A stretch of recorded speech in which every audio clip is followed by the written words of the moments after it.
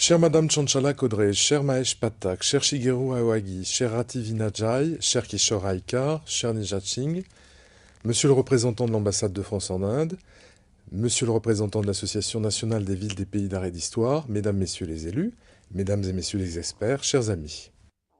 Je me réjouis de la tenue de cette 4e conférence biennale du réseau des villes indiennes, Indian Heritage City Network, IHCN, sur le thème de l'économie du patrimoine et suis très heureux que nous continuions ce travail en commun engagé depuis 2006 avec le Centre du patrimoine mondial, le bureau de l'UNESCO de New Delhi en Inde, l'ambassade de France en Inde et le réseau des villes françaises de la NVPH et villes des pays et secteurs sauvegardés.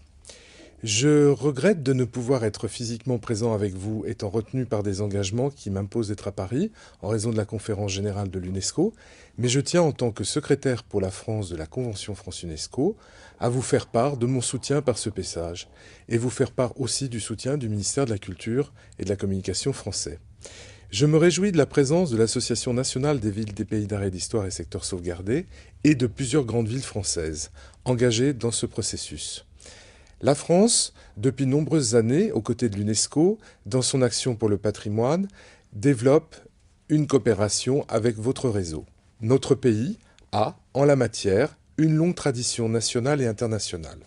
Sur le plan national, la législation française et les dispositifs qui en découlent garantissent au patrimoine, en tant que bien public, une protection efficace, innovante et évolutive. Ils assurent aussi à notre pays des bases solides pour les missions de coopération internationale qui sont traditionnellement au cœur de ses politiques. La Convention de coopération France-UNESCO, modèle du genre pour le patrimoine, a été signée en 1997 et s'inscrit dans le cadre multilatéral de projets bilatéraux de coopération à long terme et apporte un appui non négligeable de la France à l'UNESCO. La Convention France-UNESCO bénéficie des savoir-faire et champs d'intervention respectifs de plusieurs ministères, celui de l'écologie et du développement durable, celui du ministère de la Culture et de la Communication, celui de l'Outre-mer et enfin un appui constant du ministère des Affaires étrangères. À ce titre-là, il y a actuellement aussi un partenariat avec les villes et les universités. Les quelques 100 projets qui ont vu le jour depuis 1997, grâce à cette convention, n'auraient pu être menés à bien sans l'engagement, la motivation, l'expertise de nos professionnels et experts du patrimoine. Ils concourent par leur action au rayonnement culturel de notre pays ainsi qu'à l'expression de sa volonté de solidarité. L'appui au réseau des villes indiennes est une des activités de la Convention France-UNESCO. Elle est inscrite dans la durée et a permis de développer et structurer un réseau important avec des coopérations de ville à ville pour mettre en œuvre des opérations spécifiques portant sur le diagnostic urbain ou bien la formation des professionnels au patrimoine. Je souhaite tout particulièrement rendre aujourd'hui hommage à Yves Dauge et Min Jae-yang, présentes avec vous dès le départ, qui ont été à l'initiative de la mobilisation des villes françaises et le lancement du réseau. Je remercie également Marie-Noëlle Tournoux, qui met en œuvre, au Centre du patrimoine mondial, la Convention France-UNESCO. La France a développé un savoir-faire particulier en matière de conservation, de valorisation urbaine et développe depuis les années 60 des mécanismes essentiels pour réhabiliter des quartiers anciens, des centres historiques, et c'est ça l'héritage des lois Malraux de 1960 pour moderniser tout en identifiant et conserver ce patrimoine des centres historiques. Aujourd'hui, toutes les villes françaises ont bénéficié et revaloriser des appuis à la législation pour les centres historiques et le patrimoine urbain contribue au rayonnement et à l'attractivité des villes et des territoires. Les questions dans les années 60 comme aujourd'hui sont comment gérer un changement rapide. Et c'est un défi. Quel paysage urbain faut-il conserver en centre-ville? Comment peut-on insérer une construction moderne dans un centre ancien?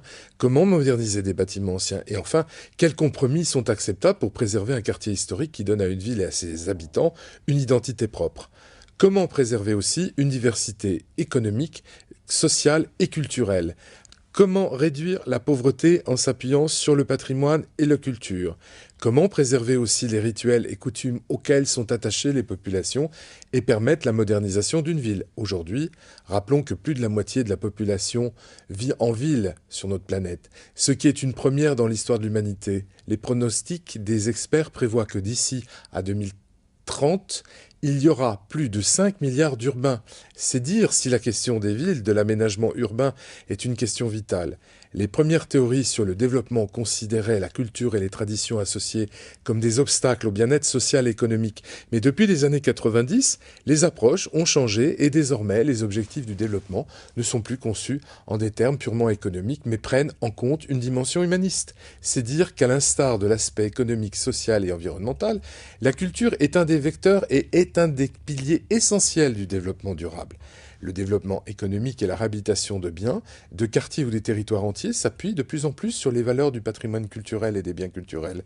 Trouver un équilibre entre une approche globale et locale est complexe et suppose de placer la culture au cœur des politiques de développement, mais cela ne signifie pas qu'il faille réduire la culture au secteur de la culture, mais qu'au contraire, il est nécessaire d'investir dans le potentiel des ressources locales, dans la connaissance, les compétences et les matériaux, afin de développer d'autres manières de faire dans les champs aussi variés que la gestion de l'eau, la conception d'infrastructures, la médecine, les mécanismes de gouvernance, l'éducation, l'agriculture, les outils financiers.